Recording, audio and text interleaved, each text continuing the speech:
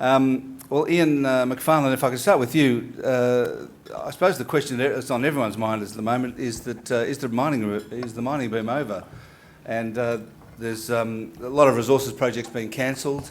You obviously in Queensland are seeing a lot of activity there, but how do you feel about what's going on? And secondly, if you were in government now, what would you do about it?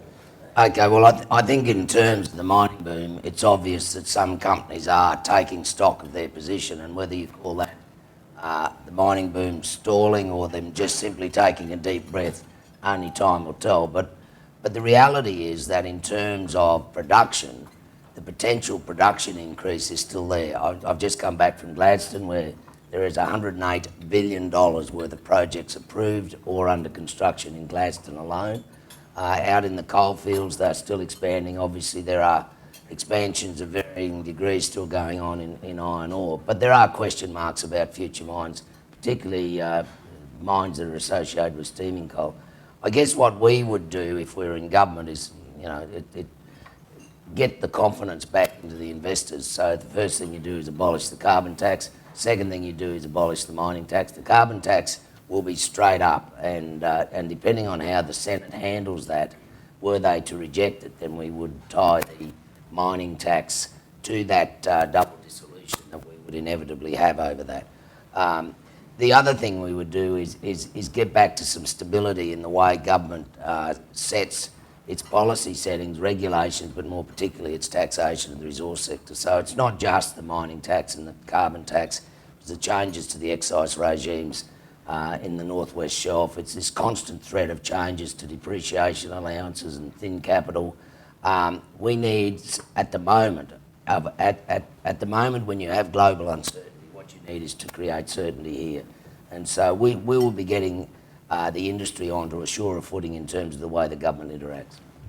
The problem is that what we've got to have at the moment is the opposite of certainty, because we don't know what the hell is happening. There's all sorts of talk about what may or may not happen. I know that you guys are saying that you'll definitely cut out the carbon tax. I guess you're saying definitely that the mining tax goes as well. Yeah.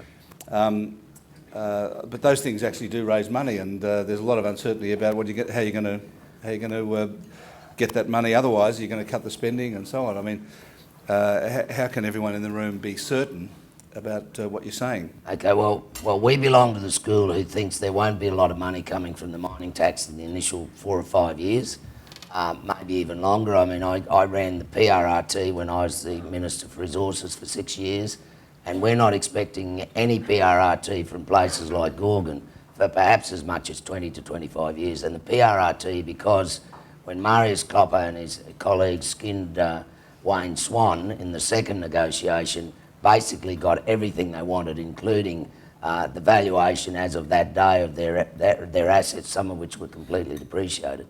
Then obviously the whole world changed in terms of potential income from the MRRT. The carbon tax is just a churn. There is money going into government, but basically the money is just churning around out of the resource and industry sector into households. So that's not a major issue, but look, it just gets back to basic economics. In the end, if you're spending $2 billion a week more than the previous government, which was us, we were spending about $5, they're spending about $7 billion a week, I can guarantee you there's room for cuts. So I don't connect either of those two taxation revocations to balancing the budget. David Lamont, you're developing a project in Australia, Dougal River in Queensland. You're also developing a copper mine in the Congo. Which of the two countries is the better place to invest? The more stable, Congo or Australia? Well, let me just say, I think as a company, we're looking to grow globally. So that means we actually need to deal in every government and place that we're actually in operating. Having said that, in Australia, we have seen 5% sort of increases in employment costs. Labour costs have averaged about 5% in the last couple of years.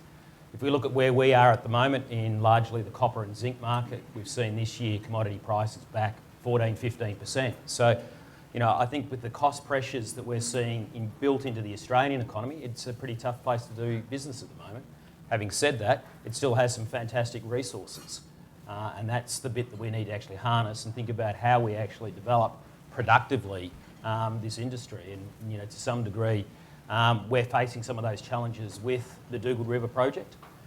We've still got a couple of things that we need to get through from an approval process, and certainly I think at times here people underestimate just how much has to happen to actually get projects approved. There's a fair bit of regulations we need to move through as part of that process. We're very enthusiastic about the project. It's around about just over 1.2 billion investment into the northwest Queensland, so it's a significant investment from our side of things in a project that we think has 19 to 23 odd years of life. So as part of that, we need some certainty before we actually commit to that sort of investment. And with the government as such, I think with us as well, part of it's about productivity. And Alan, if I could just interrupt, as an addendum to that, we'll be addressing this issue of approval process with a far more combined and strategic approach with the state government to try and speed that issue up. Are you, David, are you on track to look for final approval before the next election?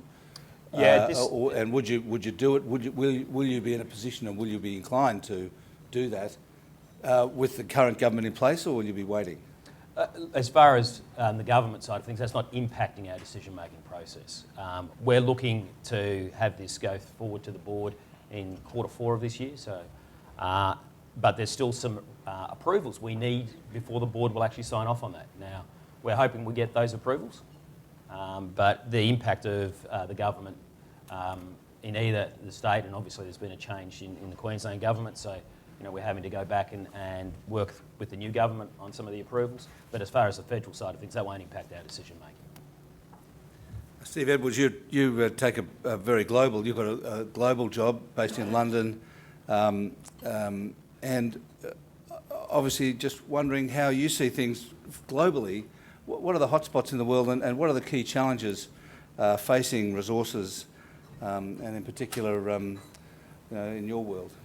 Well, I think, obviously, being based in London, I spend most of my time on a plane, if I'm really honest about it. I've been watching what's been going on in Australia very closely. It's certainly for us, if I look at the demand it's created for us to provide expertise, to help working with many of the companies in Australia in develop systems and processes to support these new developments, all of which are very new. And I think we've gone, we have something like 1,000 people now just providing services to natural resources companies in Australia. So for us, it is actually a real hotspot in terms of places we continue to need to provide help and support. I think a real game changer that I see that is the whole development of unconventionals. That's bringing in some challenges in itself, in that it brings some new techniques, and we're certainly seeing companies trying to use existing methods and processes, and actually there's a real argument for looking at the way in which they some new business models. I think many comparisons have been drawn with what's happened in the US around shale gas, and in comparison with some of the statistics in Australia, some fairly unfavourable comparisons in terms of productivity and cost. But what I would say is, if in the time I've been a consultant to this industry, it works by evolution, not revolution, with long asset cycles. What's happened in the US with shale gas in a very short space of time is really quite interesting. A quick example, Alan, two examples. One, I was at CERAWeek in Houston in March, and I was really fascinated in the American gas breakout to hear in the US they are starting to take out of mothballs chemical processing plants because they now have resources. A project we did to build a regasification terminal to bring in LNG has now been made an export terminal. So that's a relatively short space of time. So I don't think you can ignore some of the challenges and the cost pressures to make the resources in Australia competitive, despite the huge opportunity that exists. I guess you'd include coal seam gas in exactly, coal seam that, gas and unconventional gases. Would you say that the opening up of shale gas in the US and coal seam gas here is a game changer in the world? Yes, I believe it is. I mean, it's particularly those countries that have very heavy, traditionally been big coal producers. I started out, after graduating, working with British Coal in their IT operations, and British coal is nothing today, but there's activities going on in the UK now in certain areas. Caused a bit of concern with worries about minor earthquakes in Blackpool, which is a big northern seaside town that some of you may know of. But China, for example, some of the big international oil companies are making joint venture arrangements in China to exploit, I think, what will be very significant coal seam gas opportunities there. But you mentioned that in the US they're opening petrochemical plants that had been previously mothballed. It is noticeable that we're just loading all of our coal seam gas onto ships and sending it away. What are the opportunities for actually value adding to our gas? Do you think that Australia and the minister beside you should think about that? My personal view is yes. I mean, Australia has some tremendous natural resources, and if you can find a way through government and the companies to, which is the colleague on the left here was just alluding in so the current administration, it would seem to make some huge opportunities. If you've got natural sources, you could create new manufacturing businesses, maybe revitalise that. Obviously, the key is the cost of the gas, but if you can manage that in the way that the US has done, I think it creates additional economic opportunities for Australia. What do you think, Ian? Oh, well, I think comparing the Australian gas industry to America is cheese and chalk. The American gas supply is completely flooded and prices have tumbled from $7 at Henry Hub to as low as $1.80, and they're now crawling back to $3.20. And they're well shut in, both in the Rockies and in Canada, and gas is literally running out their ears. In Australia, the situation is the opposite. There's still a question mark as to whether or not Santos has got enough gas for its plant in Gladstone. Arrow or Shell and PetroChina are delaying their investment decision based on whether or not they supply the existing 3 plants or build their own plant. So the markets are completely different. I think in time, the Australian market will settle down, and the game changer here will be shale gas again. If the work that's being done by Beach and other companies, Santos, Conoco, if that comes off and we get a significant increase in gas reserves and potential supply, then you will see gas prices in Australia cap out. At the moment, people are saying they're heading towards $9.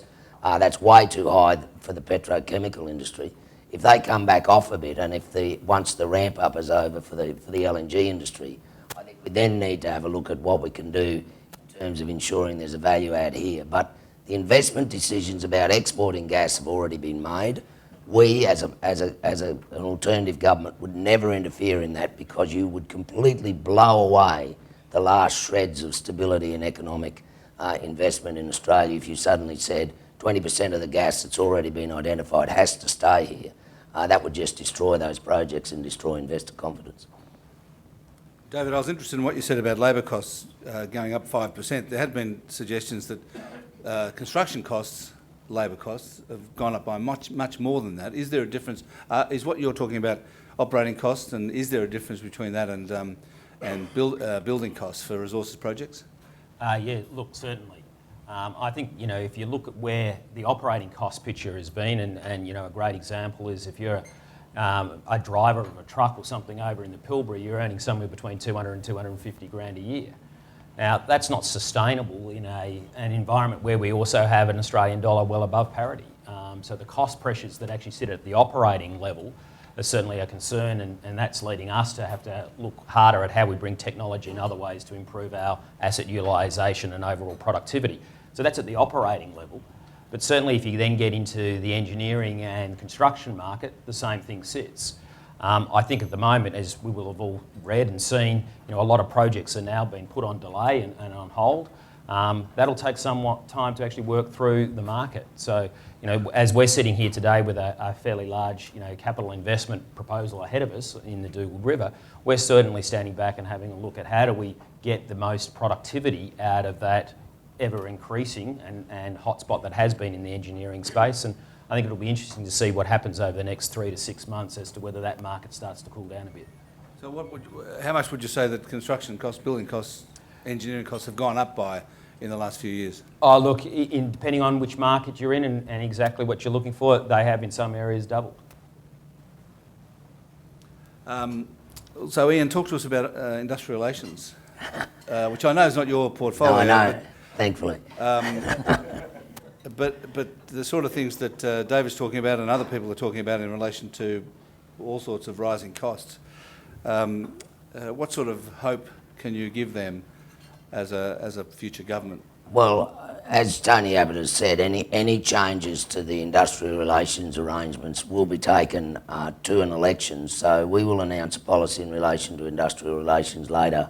And I know that's always bad news for journalists, but the reality is that there's no point in having aspirations of being in government and then spending 6 months having a fight about nothing. The coalition, like the government, is aware of these issues. We won't have these shams of inquiries that Bill Shorten's just gone through into whether or not Fair Work Australia is actually doing its job. I think there is ample opportunity within Fair Work Australia to actually make it work, and that's obviously our primary focus. But we'll be announcing a policy close to the election. That's interesting what you just said, that you reckon that Fair Work Australia and the Fair Work Act, has ample opportunity within it to do the things you want. Well, I don't think it's been used to its potential. I don't think it's been used even to anywhere near how the Labor Party designed it to work. I think and that's why the inquiry that's just been conducted, basically by the government's own department, is such a sham. I mean, if you look at Fair Work Australia and you look at the Act, there are areas which the government has walked away from its initial decisions on. So I think that we will work within the framework that's there. Any amendments or changes to that we will take to the people so that they can decide. So we're not going to get into this fake war with Labor over what we may or may not be doing in industrial relations. I can assure everyone will know well before anything happens. Okay, but without wishing to labour the point, and I have to tell you, Alan, the scars still haven't healed on my back from work choices. I was there when it all happened. Yeah. I don't think my grandchildren will ever forget that. Yeah, that's right. No, well, look, okay, leaving aside specific policy and legislative changes, which may or may not occur, are you prepared to tell everyone in this room that you think you can make it so that they can have more control over their costs, Well, and their labour costs? I mean, just broadly speaking, without being specific, what's your commitment to the people in this room? I have to say that labour costs aren't being driven primarily by the Fair Work Act. They're being driven by companies competing against each other for scarce resources. I mean, I was told anecdotally that Impex has got a caravan outside the Shell refinery at Geelong trying to recruit operators for their plant in Darwin.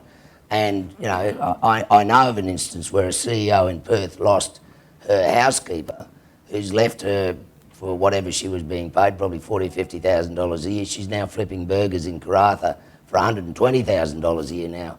I have to say, that's not any regulatory process that's been put in place in industrial relations. That's just good old-fashioned competition. And I think what we'll see in Australia before perhaps even a change of government is that if this charge cools off, and I mean, just let me remind you, you've got 3 multi-billion-dollar plants being built side by side by the same company in Gladstone, 3 gas plants, any one of which would have been a huge project in Australia. You've got 3 of them going on at once there. The pressure on skilled labour and its availability is what's driving wages up. And we acknowledge that that's having a massive effect. But I think we also acknowledge that when that construction phase cools down a bit, that we may see a readjustment. But it won't be done by government, it'll be done by companies who say, well, we're no longer desperate and we're going to pay these wages rather than those wages. Steve, just coming at it from a global perspective, I think that you guys have been asked recently, what advice would you give to President Obama? What advice would you give to China? But what advice would you give to a future Australian government dealing with the pressures on resources, projects that are coming up, the sort of the place that Australia finds itself in now? Yeah, I think we're at a point, I think, in the development here where, you know, we have a lot of, and I think Ian said it very well, you've got, you know, a lot of projects all competing at the same time for resources. The industry is already very short of people. I think there's a number of things that one could seek to do. Firstly, to seek more collaboration between the companies, where there is the opportunity to share infrastructure or build joint infrastructure to do that.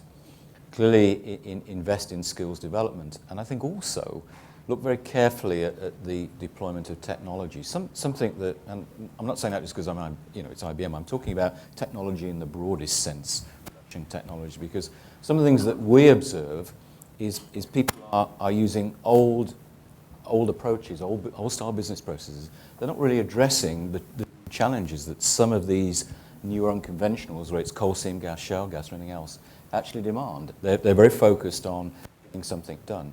And you're also missing the opportunity, perhaps, if I look at what other industries are doing these days, the more consumer-focused ones, in terms of using advanced analytics to look at the where these projects are. Basic things like, control of engineering data. It's a huge mess. I mean, in Canada, I've got some wonderful pictures from all the big international oil companies of all the boxes and stuff that was handed over all the engineering specifications. That's a way that can help become more efficient, control of costs. And, oh, by the way, you're in the development phase. When you get into the handover of this, more cost, and then the operations of it itself. So I think there's a lot of things that, so my advice to government is help encourage skills building. That's going to take a while. I know you're doing that through universities, links with universities on research and development, and look very carefully at business models. David, are you finding that there are technological solutions that can help control the costs, particularly in Steve says, engineering data and so on? I'm aware that tremendous new software is available to map projects. Does that make a difference to costs?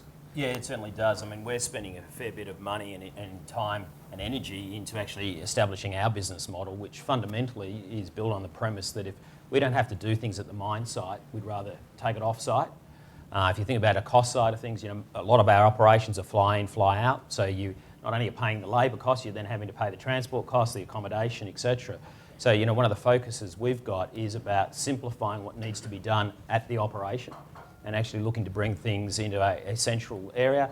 Technology plays a large part in that, and we're spending money into our core ERP systems to actually enable us to move more stuff centrally. That then does create the opportunity of getting scale and efficiency of scale on the cost side of things. It doesn't come without investment, and it's not something that can actually happen just overnight. You need to take a fairly medium to long-term view around how you get those core business processes working for you. But one thing that I would also just pick up on is I think the industry to some degree has always looked within the industry, and sometimes these answers actually sit outside the industry as to how best practice actually exists and where can you get those businesses efficiencies from. And certainly we're spending some time trying to learn a little bit actually from the industry you just mentioned, the gas industry, that have probably been a little bit ahead of the minerals in what they've done from their business processes. But I think it's a lot of opportunity there. And what about operating automation? Both Steve and David, obviously you hear about big trains being operated from Perth in the Pilbara and so on with driverless trains and so on. Is there much to go in terms of operating robotics and automation? I think there's a lot of room in that space. If anything, traditionally the way it's probably been thought about in the mining industry has been from the safety angle. So if we can remove people from the coalface, literally, and certainly in our operation we have underground boggers and those sorts of things that are now remotely controlled. I think Rio's gone to the next level. To sit in Perth and control what's going on in the major mines out in the Pilbara is a bigger step forward. But I think that as the labour costs sit there, we've got to look at smarter ways to do it. And again, if you pick up from some other industries, and again, the gas industry is an example, they've probably been a little bit ahead of us in drilling technology, in how they've done their visualisations, and how they actually model out the 3D seismic areas of operation. And they're the sorts of things that I think the industry is picking up on. Yeah. I mean, just to add to that,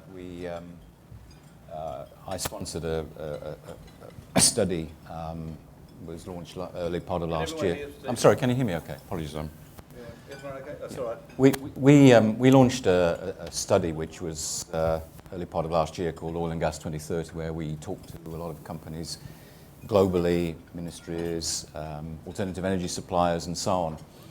And the sort of things that came through very strongly were, the use of technology, particularly production technologies. But I think, to David's point, there is a lot of, and certainly mining here, there's a lot, the sort of mine of the future, there's a lot of investment going to that. What I'm sure is not still happening is that some of the changes in business practices and processes, are really being developed there. There's certainly potential for things like robotics. We did some work a few years ago with one of the big offshore oil and gas operators, a whole bunch of projects, but one of them was the use of robots on oil rigs in the North Sea. So there's a huge cost of flying people backwards and forwards over hazardous conditions. If you can reduce the number of people on the rigs, that reduces the risk, and it also reduces significant cost as well. So I think in mining in particular, I think there's huge opportunities for use of technology in that area. And one of the other solutions to the cost pressures, particularly in construction, but also operating, is skilled immigration. David, have you applied for an enterprise immigration agreement? No, we haven't. Right, because Fairfax's new best friend, Gina Reinhardt, has with Roy Hill, and it caused a bit of a stir. Has anyone else in the room applied for enterprise immigration? Can anyone fill us in on what that process is like? No? What a pity. I should have organised that earlier.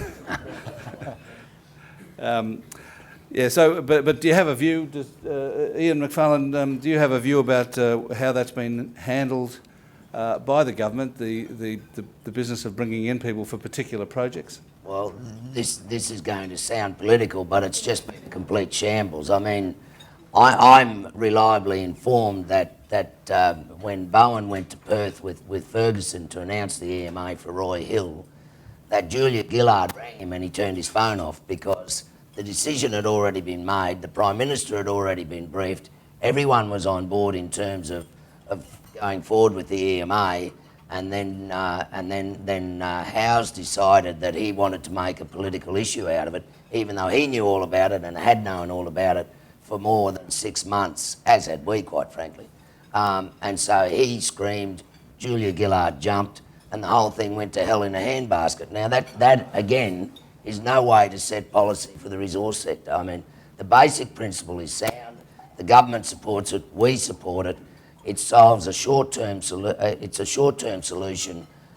Upskilling your workforce takes time, and we need this huge amount of people.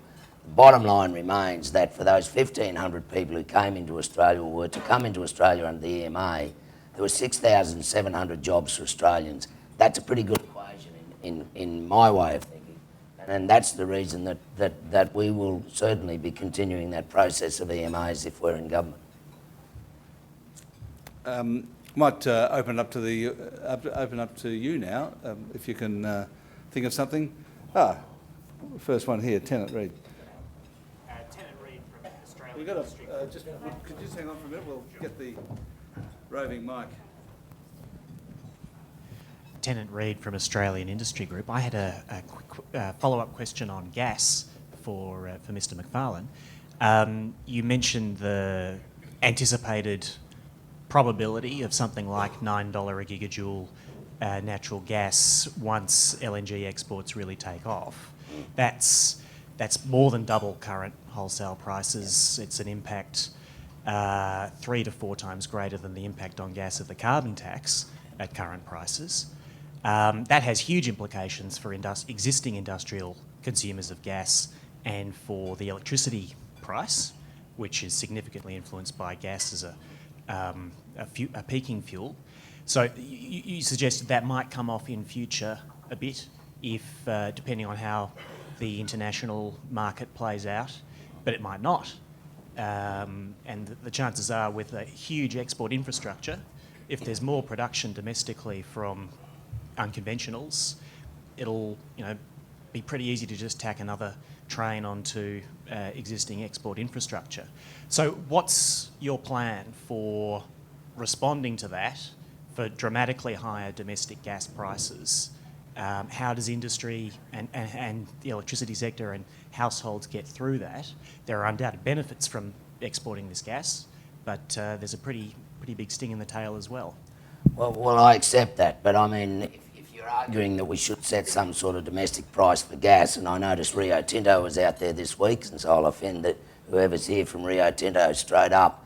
For Rio Tinto to suggest that there should be a domestic gas price, I'd suggest back to Rio Tinto that there should be a domestic coking coal price and a domestic iron ore price, and they should send it down to Port Kembla, where the steelworks are struggling to compete against the Chinese imports, and let's completely bastardise our whole domestic economy, and let's forget about world parity for oil at the same time. Let's lower the price of oil while we're there. I mean, this is a very simple economic formula. The gas price, particularly in the Western Pacific Rim and particularly in Japan, has gone off the Richter scale, literally, because of the Richter scale. And for Australia to somehow say, well, we're going to actually manipulate the gas market domestically and try and encourage investment in the export of gas, it's just not plausible. Now, the reality is that, hello, the coal price has quadrupled for steaming coal. You can find contracts, some of them still operating, for $20, $30 steaming coal.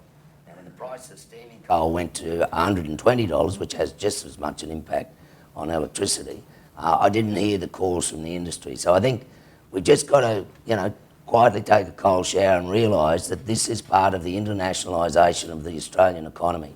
Yes, there is absolutely going to be pain, and yes, there's going to be pain in electricity prices, but it'll help a lot if we take away the carbon tax, which we're going to do. Richard McIndoe of True Energy, $9 gas would have a big impact on the hoped-for transition from brown coal to gas electricity generation, wouldn't it? Look, it may get to $9 temporarily, but I don't think it's going to stay there. I think the bigger issue is whether we can actually get the local community acceptance of developing some of the coal seam gas and shale gas reserves that we've got in the country. That's the issue there. It's not about trying to artificially, I completely agree with Ian, artificially impose a reservation policy here. Let's have a more rational approach to developing the resource that we've got, which goes with local community engagement there, which goes certainly with state government engagement, and get the resources into the country that can allow us to develop the human resources that can allow us to develop those shale gas and coal seam gas reserves. And I don't think that the gas price is going to stay up at $9 there, no. And uncomfortable though it will be for Ted Baillieu and Barry Farrell to go in there and be more proactive in terms of getting the coal seam industry moving forward in those two states. The reality is that while the coal seam industry in Queensland is dealing with the issues and moving forward, it is completely stalled in New South Wales, one well in 12 months. That industry, New South Wales, is going to face the real problem that when the coal seam industry switches on the LNG plants in Queensland, some of New South Wales' supply, particularly out of the Moomba, is going to go to Gladstone. And why is there a void then in New South Wales? Because nothing is happening in that space, and Richard's absolutely right. Governments have to be involved. They have to deal with the community issues. They can't just say, well, that's the gas company's problems and step back, because that's what happened in New South Wales. The coal seam industry there is now literally on its knees. One well in 12 months will not supply New South Wales with gas. Steve, you mentioned shale gas in Australia. Is there much potential for that to go even further than coal seam gas in Australia? Well, there's I'm not an expert on unconventionals, but I mean, there are a variety of things being looked at the moment in different parts of the world with, in terms of what sits in rocks. I think, the potential's there. I mean, I take the point about community. That is a challenge in terms of land access. I see similar sorts of things in the United States and other places as well. They seem to have got over it in the United States. Yeah, they do. But they've been paying the farmers pretty well, I think. A colleague of mine was telling me how much money his father-in-law had got from one of the companies.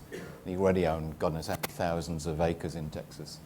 But they have got around it. But I think the potential's there, and it's a question also of time. As Ian said, it's not going to change overnight. But if this can be, the resources there can be exploited within, dealing with the concerns of the communities, the potential is there to to actually create much more, I think, for Australia in leveraging internally those resources.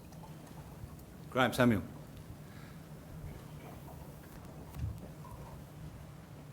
Thanks, Alan. I must say I was relieved, if not absolutely delighted, to hear Ian's views on the internationalisation of the Australian economy. I do hope his views have ascendancy over some of the more xenophobic elements in the National Party partners that you've got in the coalition. But I wanted to go to a comment made by Steve about collaboration on infrastructure and the development of infrastructure and the like, and the role of government, and address this to Ian. A very, very quick real-life story, which is the Hunter Valley coal chain, where for 5 years back at the ACCC, we had to try and deal with a problem where the coal miners were actually incurring demurrage charges of between $250 and $500 million per annum for upwards of 110 ships sitting in the harbour waiting to be able to get access to the port. The solution was created by Nick Greiner and in conjunction with the ACCC, where we actually got them to enter into take and pay contracts to be able to develop the port and, I might say, the rail line from the coal mines to the port. Similar things happened in Dalrymple Bay and also happening in the Pilbara at the moment with Port Hedland and elsewhere. What do you see as the role of government to actually try and, to encourage that sort of collaboration, to bring about solutions which is otherwise deadweight loss? Well, look, I think what happened in Newcastle is a case study in how government should involve itself in a process. Look, long term, the solution was to build more coal capacity in Newcastle, more rail capacity, and that's happening. But I think the collaboration between the government and the ACCC on that, and of course the coal companies, is a great example. So we support that, and we also support getting to a single regulator in terms of ports, rather than having state governments tug and push in various directions. So I think there has to be a more single approach by getting everyone together and saying, here's the problem, let's solve it. Michael Carey.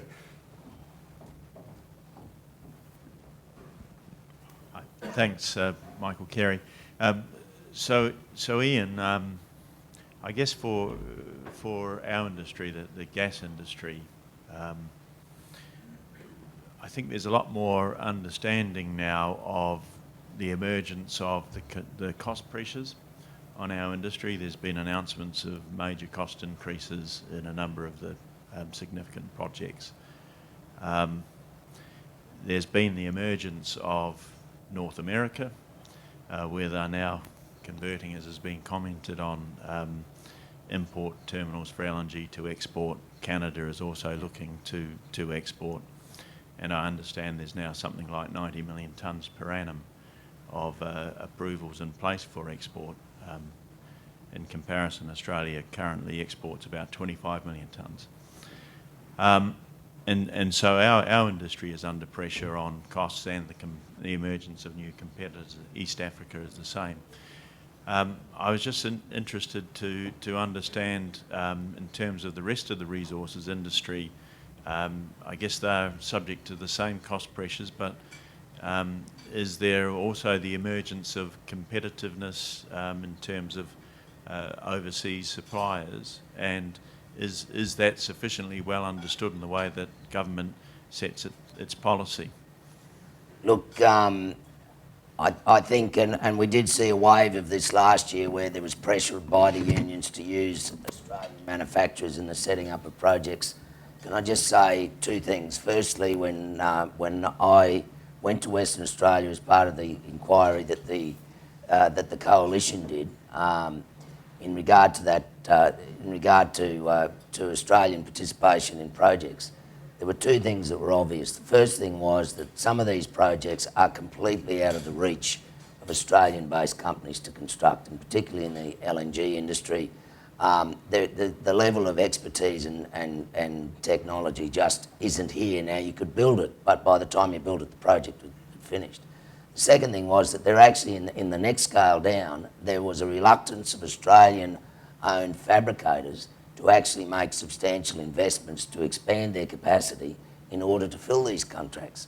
And as Chevron will tell you, even where they went and gave contracts to Australian companies, they then sublet them to companies in other countries. So in terms of that issue, I take a really pragmatic approach.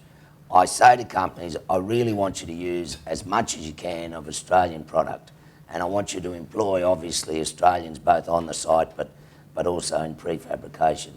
But I'm far more interested in the 30 years that project is going to operate and the long-term jobs that are going to come from it. I mean, at the moment, there are people crawling all over Curtis Island like ants, but in 3 years' time, 10,000 of them will be gone, and you'll be left with an operating workforce of less than probably 1,500 between the three plants.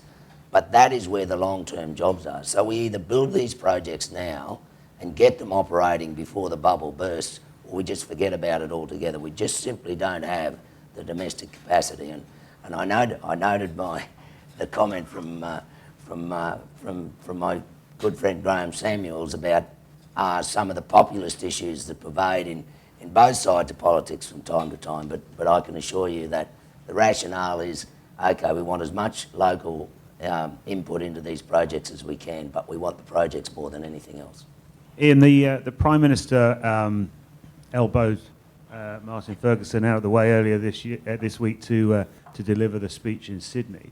There was obviously a lot more politics in that speech than if Martin had delivered it. Yeah. But leaving aside the kind of populist politics side of things, what was your takeaway from the content of the speech and the messages that she was giving over? Well, the message was pure politics, and it's interesting that Martin Ferguson has not put out a press release on electricity prices this week. So that's the first thing. In terms of what she was saying, it was what we already knew, and the Greens are now saying we need a Senate inquiry. The reality is that state-owned distribution and transmission companies are making a mozza at the moment. It's a licence to print money. You put the dollar in, and you're going to get somewhere between a regulated return of somewhere between 4% and I think 9% at the moment, I think is where Energex is running. And so, yes, they're going to expand their networks. They've realised that you just put the money in and more money comes out. In Victoria, we've got a privatised system. You've got a number of distributors. They're all in competition. Hello, look what happens. The distribution price is 2/3 to a half of what it is in other states. This was part of energy market reform, which I began in 2001 when I became the Cabinet Minister. It stopped dead in 2007. And Gillard has known all about this for the last 3 years. I know for a fact that AEMO, the body they set up, which was due to be set up as the third tranche of energy market reform, has been telling them this for at least 2 years, that there is a problem in terms of the escalation of distribution prices, and they've done nothing about it. And can I say finally how grateful I am for Julia Gillard to put electricity prices back on the agenda, because it was fading away as we finally started to win gold medals in London.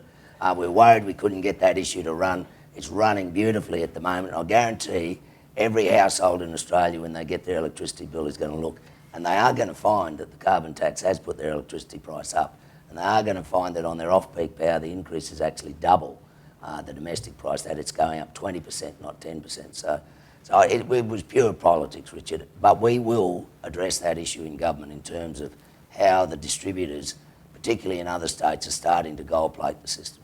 What do you think think of that- what I she think- said, Richard? I think that not only Ian, but I think the CEOs of the big banks are probably pretty pleased about it now, because it's bumped them out of the spotlight and put us and Origin and AGL in the spotlight. I think Ian's right. I mean, this has been an issue. If you look at the New South Wales network cost there and Queensland, this has been an issue for the last 10, 15 years. And whilst the Labor governments were in power there, nothing was done about it. But it's not an issue that has just happened overnight. I do think there's a huge opportunity to take a look at the productivity of the sector.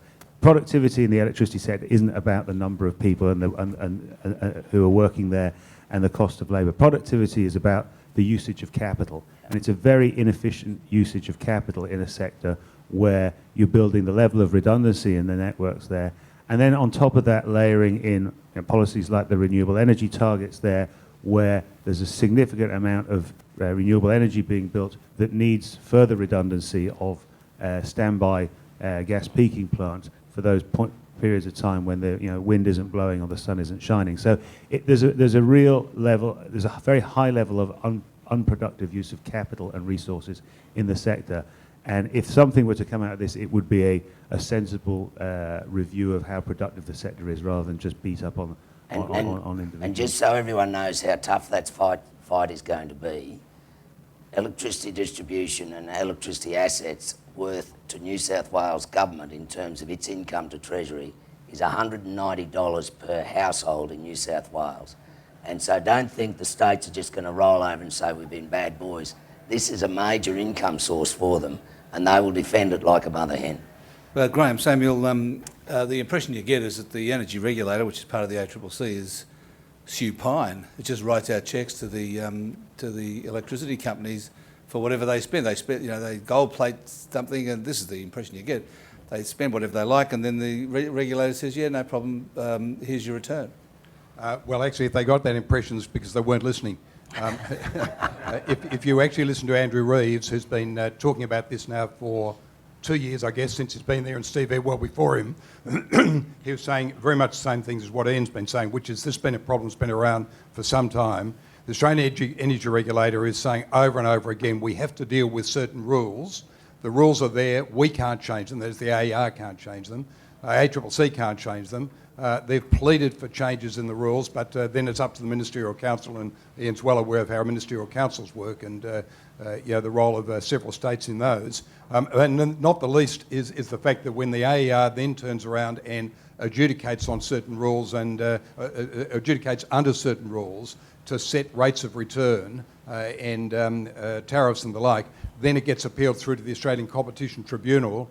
And I think I will stand unchallenged if I say that since 2002, those adjudications have on all but one occasion been overruled by the Australian Competition Tribunal. Makes life very difficult. Thank you very much.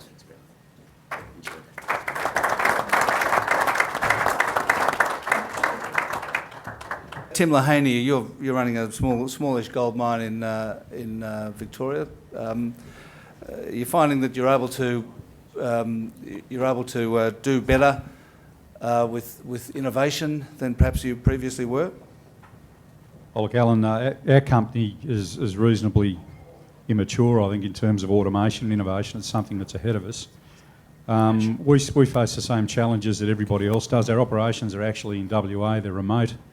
We centralise a lot of our functions like the bigger companies are doing, bringing more and more back into the centre, taking more and more off the mine sites, which used to be self-contained fiefdoms. But really, innovation has been core to the mining industry. It's been core to the resources sector and to where it is today. And there are advances in, the three big ones were earth-moving technology, mineral processing, and exploration that have preceded all of these sort of booms that we see.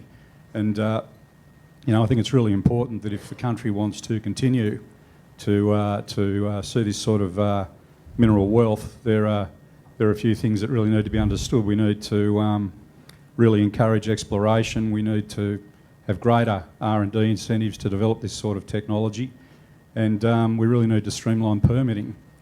As I said, our operations are in Western Australia, and I never dreamt that it would take me 18 months to get a drill rig on the ground there to be able to drill a hole. They're the sorts of delays at the very early stage of projects that we're seeing. Steve Edwards, do you think that the mining industry and governments, in terms of their involvement through policy, are innovating enough? Is there a, what you might call an innovation gap between what's possible and what people are actually doing? I think you could do much more. I'm aware of some of the minor future activities that are being put together to see how technology can be used in the broadest sense, not just information technology. But I touched upon earlier, Alan, the study we ran last year, focusing on oil and gas companies. But it was interesting when we looked at innovation. We had some fascinating comments, from people about, we invented that 30 years ago or 15 years ago, but we were too cautious. We were worried about the risks, so it's only 50% been rolled out. And if you look at one of the things we found is that people also wanted to look at it, don't do enough of looking at other industries. I think, David, you made that comment, I think, in your remarks earlier. The industry tends to be very inward focused. If you look at the investments that are being made in aerospace and defence or the information technology industry, they're hugely greater than what is being made in national resources companies. IBM spends $6 billion a year on R&D. A lot of that we use and take to our clients in helping solve problems. I think there's certainly much more scope for innovation than is being used today in natural resources. Thank our panellists today, Steve Edwards of IBM and David Lamont of Min Metals.